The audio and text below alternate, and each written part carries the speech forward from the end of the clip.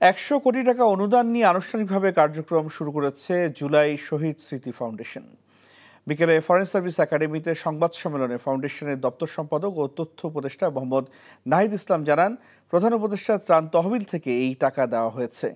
Foundation থেকে ছাত্র জনতা অভ্যুত্থানে শহীদ পরিবার এবং আহতদের সহায়তা দেওয়া হবে।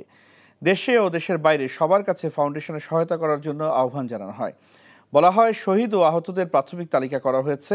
স্বাস্থ্য মন্ত্রণালয়ের কমিটির তথ্য অনুযায়ী প্রায় ৮০০ জন শহীদ এবং ২০,০০০-এর বেশি আহত হয়েছেন।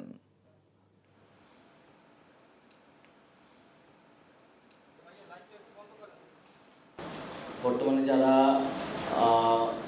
আহত অবস্থায় আছেন হাসপাতালে এবং বা যারা আর্থিক সংকটে ভুগছেন বা শহীদ পরিবার যারা আর্থিক সংকটে ভুগছেন তাদেরকে জরুরি একটি আর্থিক সহায়তা দিবে এই শহীদ স্মৃতি ফাউন্ডেশন এবং